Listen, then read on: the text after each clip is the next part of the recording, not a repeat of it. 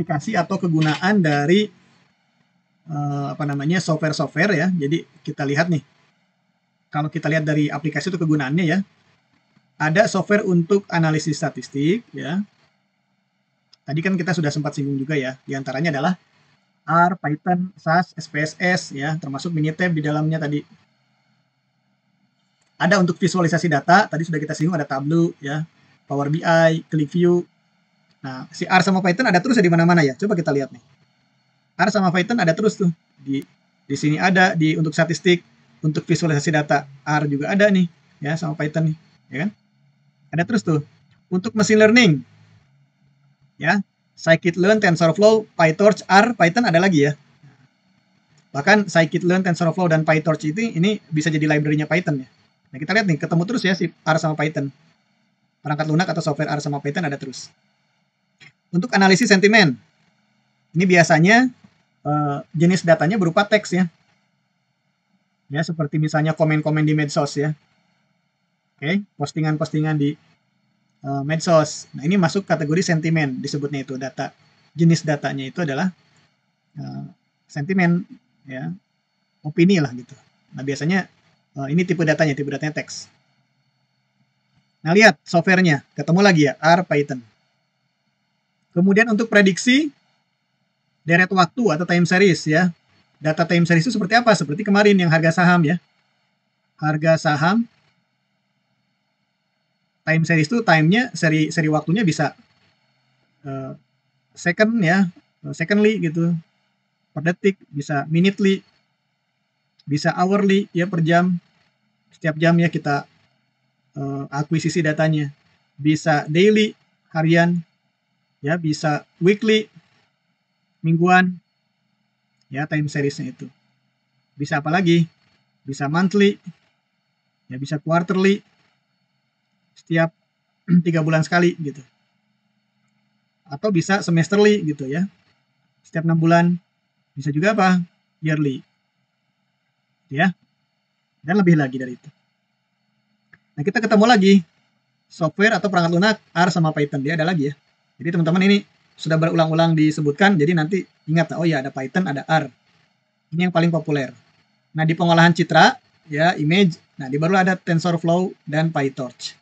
Nah, kebetulan Python ini dia bisa ya dia bisa dijadikan sebagai salah satu library-nya ya. Jadi ini adanya di Python, dia nggak ada di R ya. Ini di sini nggak disebutkan, cuman dia bisa di dalam Python. Jadi Python muncul di sini lagi. Ya. Untuk pemrosesan bahasa alami ya, atau ada yang disebut dengan NLP ya. Natural Language Processing, pemrosesan bahasa alami. Ya, seperti ChatGPT ya, teman-teman sudah tahu ya ChatGPT ya, sering pakai kan? Atau misalnya apa ya? Ini masuknya sebetulnya large language model ya, tapi dia bagian dari NLP ya. Nah, jadi ada model-model LLM ya, large language model. Salah satunya adalah ChatGPT. Kalau ini kan punyanya OpenAI ya, OpenAI yang Elon Musk gitu ya, yang punyanya. Kemudian ada apa lagi yang terkenal nih? Gemini ya. Gemini-nya punya Google. Gitu. Kemudian ada apa lagi ya? Copilot kalau nggak salah ya. Copilot punyanya Microsoft. Gitu ya. Ini yang terkenal nih. Begitu. Nah, karena dia pakainya TensorFlow dan PyTorch, ini juga bisa pakai Python ya. Atau platform Python ya, programming language. Jadi muncul lagi Python di situ. Ya. Nah, baru kemudian ada analisis big data. Ya, analisis big data tadi ada dua ya, Hadoop dan Spark. Nah, di sini Python nggak muncul, tapi Python bisa nanti diintegrasikan ya, terutama sekali untuk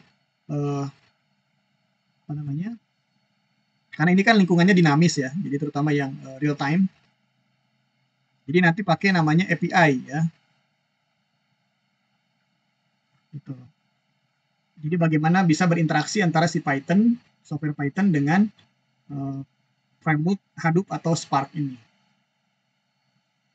Ya. Jadi interface-nya lah gitu. Baik. Nah, kita akan lihat sekarang, kan banyak tadi perangkat lunak ya, tetapi yang paling terkenal adalah untuk analitika data ini, ya, yang paling populer itu adalah nomor satu dulu ya, paling populer itu adalah Python sebetulnya. Yang keduanya baru R. Nah, tetapi tetap kita akan masukkan yang lain juga ya. Nah, kita lihat di pemilihan perangkat lunak itu ya, untuk analitika data. Ini seperti biasa saya mencari kursornya nih. Nah, jadi dasar pemilihannya itu ya tergantung pada dua hal di sini. Pertama adalah kebutuhan spesifik, ya. Seperti tadi yang sudah kita bahas nih, kebutuhan spesifik itu apa tuh nih? Kayak analisis statistik, ya, visualisasi data, machine learning, analisis. Nah, itu kan kebutuhan spesifik ya. Prediksi, deret waktu, pengolahan citra, ya, pemrosesan bahasa alami, analisis big data. Ini disebut dengan kebutuhan spesifik ya. Nah, pertimbangan yang kedua adalah jenis datanya. Jenis data yang akan diolah atau dianalisis ya. Itu akan mempengaruhi perangkat lunak apa yang sebaiknya digunakan. Nah, contoh ya, ada perangkat lunak atau software Excel. Nah, dia cocok untuk apa? Untuk analisis sederhana, ya, dan visualisasi yang cepat, ya. Kemarin aja kan teman-teman bisa lihat ya, dengan apa namanya, saya membuat line graph ya, grafik garis ya, dari sekitar berapa ribu data gitu ya, dari harga saham BCA selama 10 tahun terakhir, itu cepat sekali kan, gitu. Nah, kemudian untuk software R ya, dia unggul dalam analisis statistik. Jadi kalau kebutuhan Anda adalah analisis statistik, nomor satunya R, ya, juaranya gitu. Jadi kalau Anda lebih banyak nanti tuh menggunakan metode atau teknik statistik, ya sebaiknya Anda menggunakan perangkat lunak R ya, begitu. Jadi dia agak kaku pada kepentingan atau kebutuhan analisis statistik gitu ya, R itu eksklusif lah, dia cenderung ke situ. Nah, kemudian kalau perangkat lunak Python, dia fleksibel, ya, fleksibel ke analisis statistik hayu gitu ya, ke machine learning oke, gitu ya, ke data sederhana apalagi ya, kayak yang bisa Excel olah ya, dia lebih bisa juga, tapi percuma ya kalau datanya kecil kita pakai Python ya, apa namanya, kurang bijak gitu ya, jadi kayak apa namanya, membunuh nyamuk dengan pistol lah gitu. Jadi dia sebaiknya untuk data yang sangat besar gitu. Ya, dan nah ini makanya ada machine learning ya. Nah, kemudian itu untuk dataset besar lah gitu ya. Nah, ada perangkat lunak Tableau. Tableau ini berfokus pada visualisasi, nah lebih ke kebutuhan visualisasi data bisnis. Jadi supaya apa namanya, intuitif, interaktif ya, user friendly ini pakai Tableau. Tapi lebih kepada visualisasi ya. Jadi tidak pada membuat model prediksi seperti yang machine learning, enggak ya. Dia lebih ke visualisasi. Gitu. Nah, kemudian kalau untuk perangkat lunak Hadoop dan Spark tadi sudah kita singgung ya. Ini adalah untuk kebutuhan analitik data besar dan pemrosesan real time di sini. Real time processing. Ya, ini jadi sederhana ya untuk proses pemilihan perangkat lunak ya. Nanti baru hal-hal lain seperti misalnya apa namanya, kan biasa kita kalau terutama kalangan bisnis ya, mereka mempertimbangkan masalah misalnya biayanya ya, cost-nya. Saya untuk menggunakan masing-masing software itu ya butuh misalnya apa namanya itu, hardware-nya ya. Jadi cost untuk hardware-nya, untuk software-nya gitu ya. Kalau perlu server ya nanti perlu ada server termasuk hardware ya. Jadi itunya kemudian boleh jadi terkait sama ada yang disebut dengan manware ya. Ada hardware, software, ada manware, itu masuk manusianya, tenaga kerjanya gitu ya. Gitu. Kemudian juga dari sisi waktunya ya. Kalau waktunya butuh cepat ya, kira-kira yang mana ya secara. Jadi dibuat matriksnya. Gitu ya, dibuat matriksnya.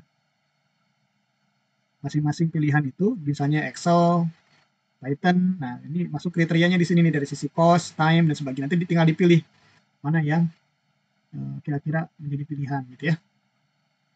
Baik. Nah, jadi ini ringkasannya teman-teman ya. Ringkasannya dari si perangkat lunak yang tadi kita sudah bahas ya.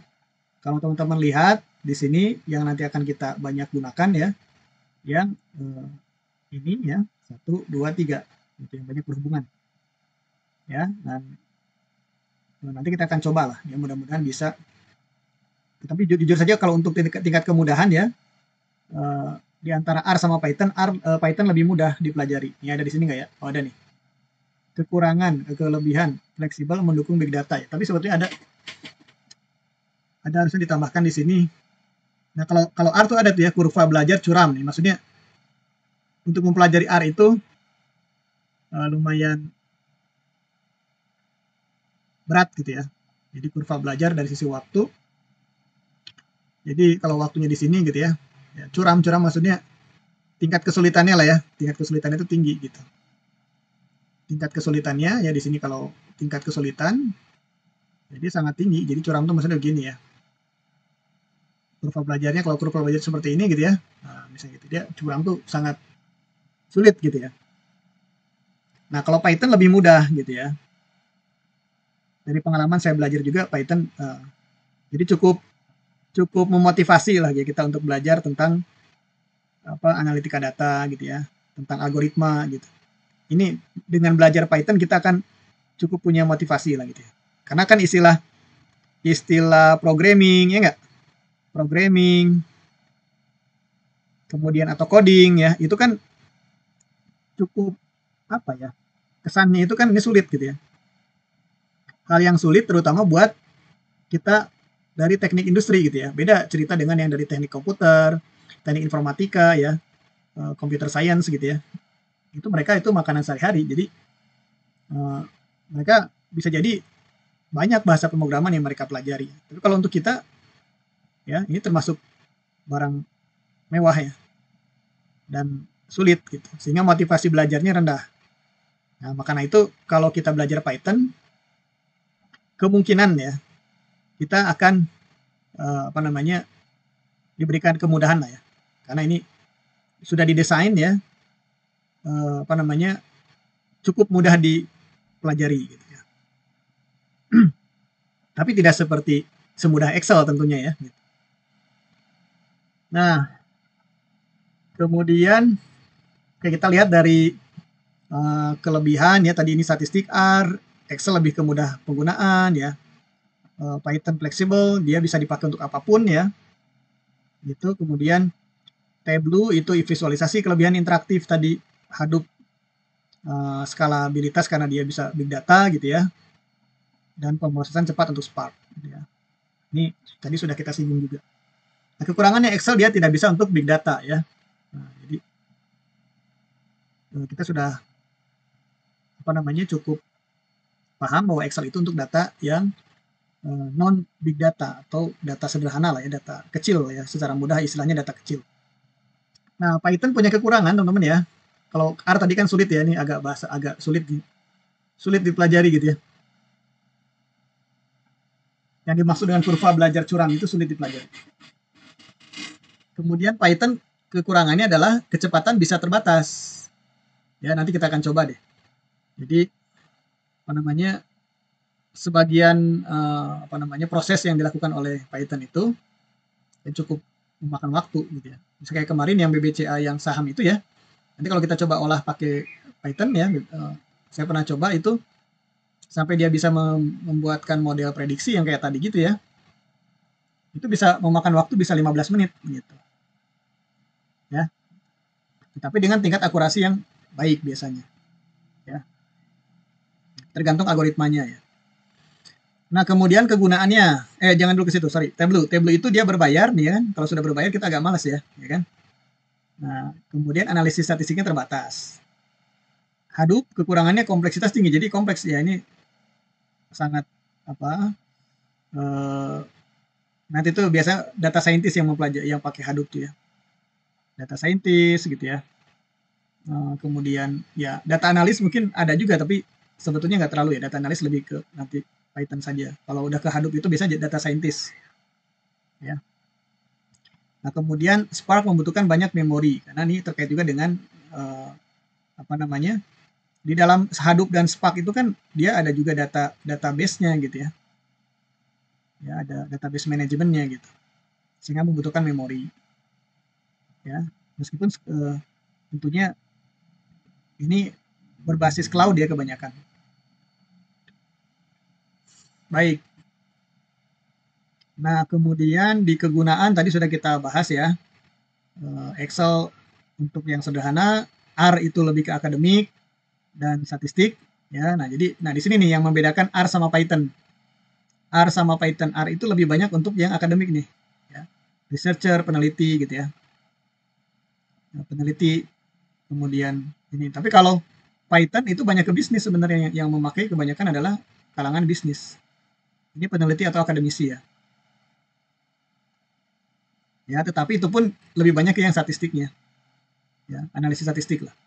Nah, kalau Python itu terkenalnya adalah memang untuk machine learning dan big data gitu. Kalau big data sih R juga big data ya. Inilah dua ini. Analisis statistik R, kalau machine learning itu Python. Itu menjadi ikonnya. Tableau itu buat visualisasi ya, dan kebanyakan kalangan bisnis yang memakai. Kemudian kalau untuk kalangan peneliti ya di R sudah ada ya visualisasi. Ya, fitur untuk visualisasi sudah punya. Python juga sama tadi kayak Matplotlib ya. Ada library Matplotlib. Itu untuk visualisasi. Tetapi memang bagusan R ya visualisasinya. Ya, Tableau lebih bagus lagi karena dia memang didesain untuk sebagai software visualisasi ya. Lebih interaktif ya, lebih intuitif dan sebagainya. Nah, sekali lagi kalau Hadoop sama Spark itu untuk apa namanya, big data dan real time biasanya. Ini yang paling canggih lah ya, Hadoop sama Spark dari sisi kompleksitasnya. Ya, ini yang paling kompleks dan berbayar ya. Nah, yang ini kan gratis ya, R gratis, Python gratis, di Excel adalah ya yang krekannya. Ini berbayar, jadi ini berbayar ya, Tableau, Hadoop, Spark, dan Excel ya. Meskipun Excel udah banyak krekannya. Nah, ini gratis, free ya. Makanya banyak yang menggunakan yang dua ini. Gitu ya. Oke, ini saya sebenarnya pendalaman saja nih ya. Pendalaman. Jadi, kalau ini teman-teman sudah tahu semua lah ya, SPSS, SAS ya. Termasuk di R dan Python, analisis statistik ada semua ya, untuk uji hipotesis. Kalau ini sih di Excel pun ada ya. Ini pun di Excel ada, jadi kita jangan juga sih buang Excel ya. Dia pun punya. Nah, untuk visualisasi kalau di R namanya ggplot 2 ya, kalau di Python Matplotlib, Seaborn ya, itu library untuk visualisasi. Jadi untuk grafik, chart, atau dashboard ya. Nah, machine learning tadi sudah kita singgung beberapa ininya ya. Ada R, ada Python lagi, ya kan? Nah, yang lain itu yang 3 lagi, Scikit, Tensor, PyTorch itu bisa diintegrasikan dengan Python ya. Untuk membangun model prediksi ya, kita sudah belajar predictive analysis atau predictive model ya. Nanti ada klasifikasi, clustering tadi sudah saya singgung ya. Ada searching ya, ada apa? Optimization gitu. Nah, kemudian ini ada lagi istilah baru nih, analisis sentimen. Kalau di R itu namanya tidy text, sentimenter ya. Tadi kan saya bilang sentimen itu datanya berupa teks ya. Gitu. Nah, kalau di Python NLTK ya. Kemudian text blob. Nah, ini apa namanya itu library-nya lah gitu ya, yang bisa dipakai untuk sentimen analysis. Nah, jadi bisa menganalisis sentimen itu misalnya satu teks ya, satu komen lah. Komentar di medsos gitu ya. Itu nanti bisa dianalisis oleh si perangkat lunak ini ya. Apakah suatu komentar itu dia isinya positif atau negatif atau netral gitu ya, bisa dianalisis ya. Nanti kan berguna ya kalau kita mau misalnya taruhlah kepentingannya marketing gitu ya, misalnya marketing nih.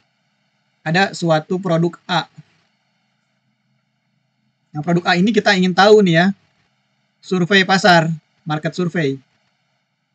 ya, survei pasar. Ya, kita ingin tahu komentar dari para responden gitu ya, misalnya di Instagram gitu ya, ini kan tentang produk A ini, ya. Nah, nanti kan macam-macam tuh komen ya dengan kata-kata yang beragam. Isinya bisa berbeda-beda ya. Nah, nanti bisa dianalisis tuh, ya.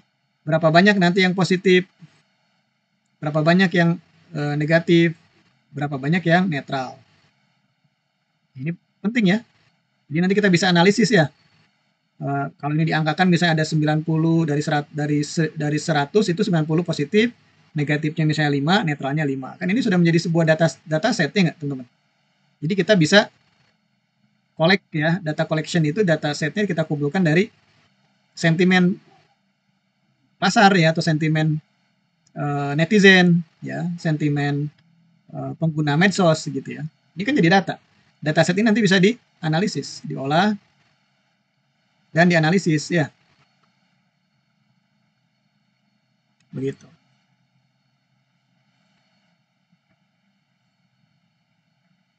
Ya. Sebelumnya nih komen-komenan itu jadi dataset ya sebetulnya, cuma diolah lagi menjadi kita kategorisasi itu. Ini hasil hasil olahannya ya.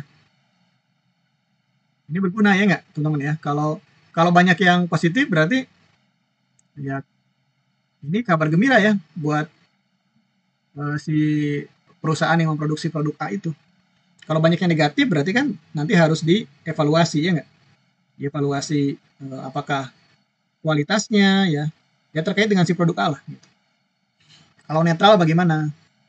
Mungkin nanti perlu ada strategi ya, strategi pemasaran lagi misalnya ya, supaya gimana yang negatif dan yang netral itu bisa menjadi positif misalnya gitu ya. Oke. Nah ini tadi sudah sempat kita bingung ya, tadi saya sudah singgung ya masalah deret waktu ya. Ada contohnya adalah harga saham atau peramalan penjualan ya. Jadi sudah cukup lah ya untuk penjelasan di sini. Citra itu, pengolahan citra itu image ya, ada mengolah gambar seperti deteksi objek ya, segmentasi gambar, pengenalan wajah atau face recognition ya. Ini sudah apa namanya, deteksi objek gitu ya. Ini sudah kaitannya sama AI ya, artificial intelligence atau kecerdasan. Seperti misalnya HP teman-teman, saya yakin sudah punya fitur atau teknologi face recognition ya. Gitu. Atau ada beberapa aplikasi yang bisa mengkategorisasi gambar ya. Gitu. Ya jadi ini algoritmanya nanti banyak ya yang bisa digunakan untuk pengolahan citra atau image ini. Tadi ini pun sudah sempat kita singgung ya, teks tuh, termasuk analisis sentimen sebetulnya kaitannya sama teks nih, NLP ya. Oke, nah ini sedikit lagi buat yang big data, ada Hadoop, ada Spark itu ya, perangkat lunaknya. Nah, data skala besar, big data seperti log web. Nah, log web itu kan ya teman-teman ya, dalam satu hari saja ya, yang mengakses web itu kan website ya. Misalnya Anda ingin tahu berapa banyak yang akses website di apa namanya, di YouTube gitu ya, bayangin website YouTube ya, itu kan dia punya kan HTTPS ya, slice www.youtube.com itu kan sebetulnya kan website kan yang mengakses YouTube itu kan berapa banyaknya. Ini dengan perangkat lunak Hadoop dan Spark ini kita bisa tahu berapa miliar gitu ya sehari ya. Kemudian atau dari data sensor ya, misalnya sensor dari apa tuh, sensor polusi ya, polusi udara atau dari CCTV gitu ya, kan itu datanya per detik per menit kan, bahkan real time. Atau data sosial media ini jumlahnya besar juga ya, jadi skala besar lah kalau untuk Hadoop dan Spark gitu. Bisa historical, bisa real time. Kalau yang atas ini ya, Python sama R, meskipun dia buat big data, tetapi kebanyakan historical data yang dipakai, data historis. Kalau Hadoop sama Spark ini biasanya dia sudah real time